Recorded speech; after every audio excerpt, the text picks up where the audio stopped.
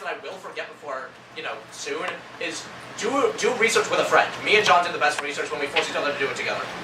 But yeah. What? Marion? Marion. Alright, so, it's not my senior speech. Okay, wow, okay. Alright, eat, pray, love, guys. Also, before you love, make sure you eat men. Okay, now I guess I'll start. So, the typical format seems to be come from where why I came to Mun, then funny stories from Mun, then shoutouts. But I think I've told most of you my funny stories, so I'm gonna do why I came to Mun, then just a crap ton of shoutouts because I love y'all. And I like you all better than you like each other. That's right. Okay. So, why I came to Mun? I really hated Model UN when I was a policy debater. I spent hours a day just seeking out AJ. I would come to her home in Brooklyn and be knock on the door, have you heard the good word about how much better debate is than Model UN? No? Great. So, I spent a lot of time doing this. Also, extensively getting into lengthy debates of no. Insulting other clubs is a bad thing, except when it's me insulting Model UN. And because I it still sucks remain that friends much. with you. And AJ still tolerated me, and that's why my first impression of her was the happiest woman alive. Then my next impression of her was the angriest woman alive. Then we'll get to the last impression later.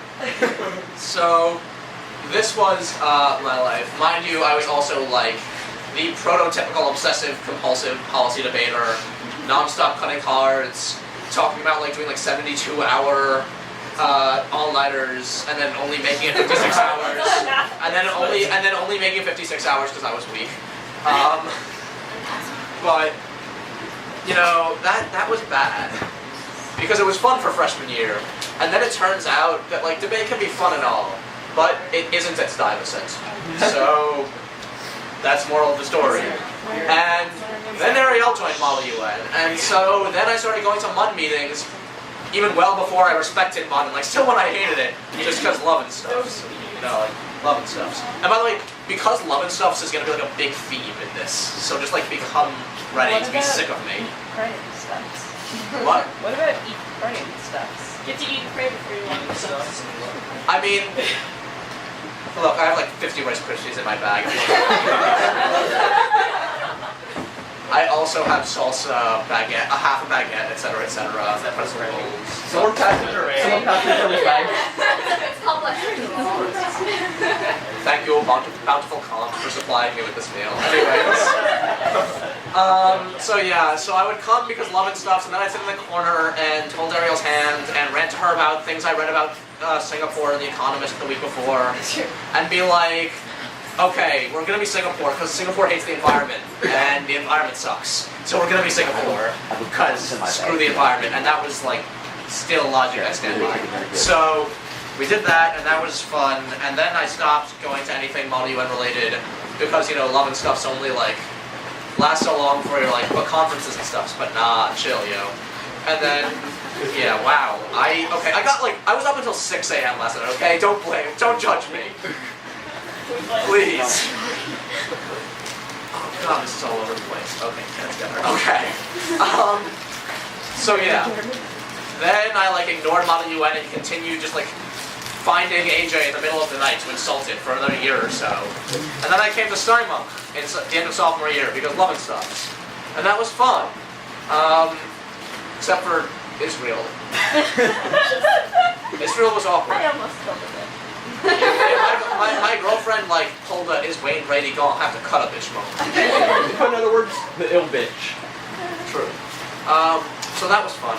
And then I decided, yep, this is pretty cool. I'm gonna stay here and be friends with you guys forever. And then I did that. And then the next year was junior year, and AJ was alright, if you gave unwavering devotion to Model UN, I will send you to every conference and personally train you and she pulled that, Star Wars, become my Padawan. I will make you the one to take over the universe. And she was you will give me your soul, and in return, I will give you the world. I felt I was in Faust meets Darth Vader meets AJ. Never happened to me. What? Let's never happen to you. Okay. Thank you for that input. Anyways, wow, I'm bitching about that input all the time. Anyways, okay, continuing. So, yeah, then me and AJ started, like, these training sessions during the middle of physics where we're just like, Majewski doesn't have ears. Like, what's physics to a king? What's a king to a god? And then we started talking about it. And so we would sit together and we would talk about Model UN, and I would try to convince her. And I would like try to convince her to cut the card, and she'd like slap me on the arm and be like, Model UN! And then I'd be like, but Afghanistan, and then she'd just yell about Model UN. And then Mr. Majewski would be like, I'm separating you two, and then we would just like move the next day. We were awful at physics. And that was a very enjoyable experience for me. And now, yeah, I'm just gonna jump into like memorable experiences because I just can't do this whole like my chronology thing because like, I'm on 4 hours of sleep and just don't judge me. So, important memorable moments. 1, Busan 2011. Aside from that ill speed running away from Miss Bushman, Benedict, you're an excellent human being and a great roommate. For next year, all the guys should be competing to have Benedict as their roommates because he's an amazing person. Like, he stays up with he's really chill about just like whatever you do. Yeah. He does have 2, wonders. he teaches you how to tie a tie when you don't know at age 16. 3, he spends all night lecturing you on Dante's Inferno, which is just really fun. I know it sounds boring, but it was extremely enlightening. Like, I woke up the next day thinking about how much I had learned about Dante's Inferno, and being very thankful for no real reason. You spent all night telling me and John about it. For moments like that, just like, Ben is the best. And he just makes your life significantly better with his combination of knowledge and being a good friend. And sociopathy. Lots of sociopathy. You cannot match Ben's sociopathy unless you're me. So yeah, that was booking moment number 1. Also, my soul sister, Jonathan T. Woodman O'Donovan. T is your dad's middle name. That's good, you're all the same person. W. So, yeah. How do you know my dad's middle initial? What?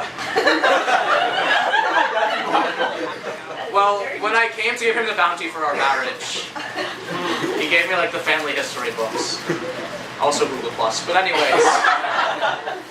So yeah, you should all feel bad about not having been closer to John. He is the greatest person I know other than Love and Stuffs. And an excellent person. So yeah, that was fun. Next, a bunch of stuff happened that I don't remember because I really should have slept before this. I'm sorry, guys. I really should have. I'm so sorry, AJ. What? I probably should be speaking better than this. It's totally fine. Do Yeah.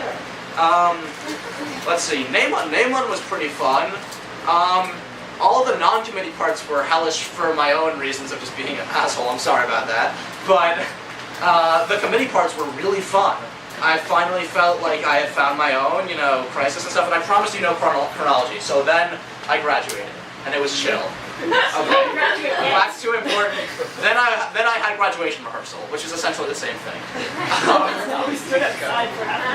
More important moments. Okay. To be honest, I don't really have a good list of these, but the thing that I've been trying to not awkwardly bring up is the thing that I think encapsulates all of why I love Model UN and all of why I feel like it's been one of the most profoundly meaningful experiences at Stuyvesant that I could have had. Really the most aside from Love and Stuff. So, during WAMUC this year, I literally got rejected by 80-something high% of the colleges that I applied to, and almost all of the ones I love. Normally this would be a pretty soul-crushing experience because just before that, I got rejected by a bunch more colleges that I really loved. I did the throw everything at the wall and see what sticks strategy, and they were just like, we're rubber, you're glue, nothing will stick. It would have otherwise been a horrible and soul-crushing experience.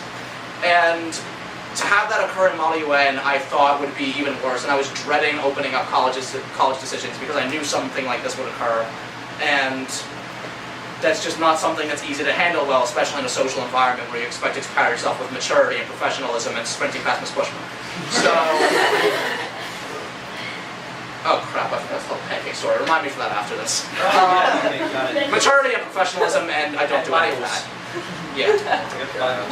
But this is sort of tangential, but it has to be said to relate. One of the things that I place an extreme emphasis on in my life is the importance of community and sort of fostering a sense of empathy and interpersonal relationships. That's just something that I consider a very high value. I'm not saying that I'm necessarily particularly good at it or not, I'm just saying I think it's really the building block of functional, both civilization and functional individual happiness and feeling like you've led a fulfilling life. And so, you know, through age 17 or so, you don't really get much opportunities for that. There's religion, but you know, you're young, you're rebellious, you don't really partake in that very effectively often as a teenager in New York. Yes, Nina, I know you succeeded in that, good job. And Miriam too. But I'm saying, like, for many people, including myself, you have a conflicted relationship with that. And you have family, but for many people, including myself, you have a conflicted relationship with that. And you have debate, but pre-junior year Ezra, so, you know, that happens. No, he's a really good guy, but like, it took us a while to develop a functional relationship. So, to be sort of, to undergo what I expected to be an extraordinarily stressful and harrowing experience in an environment where it seemed as though those standards were the standards of social conduct were significantly higher, and, you know, obviously emotion is encouraged in Model UN, but no one really wants to be the melodramatic, emotional individual in front of all their peers. I thought that would really compound it.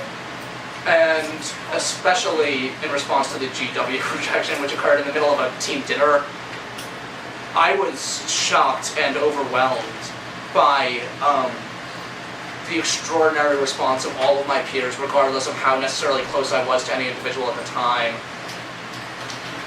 I truly could not have expected every single person who had been at that conference to be as kind and helpful and supportive as they were at the time. And I really realized at that point what a true community feels like, and that those sort of ideals that I held about fostering empathic and interpersonal, or empathetic, this Ariel corrected me last night, because apparently empathic means thinking you can experience other people's emotions, like, without talking to them.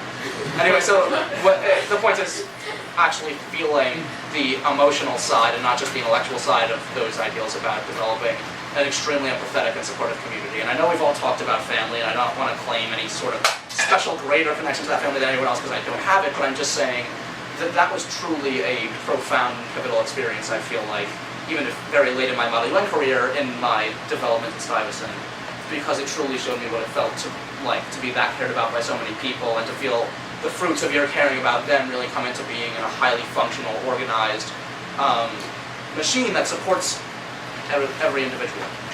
And that is why, at the same time, you know, getting some good news later in that conference also was way more special than it possibly could have been if I was in any situation outside of that conference.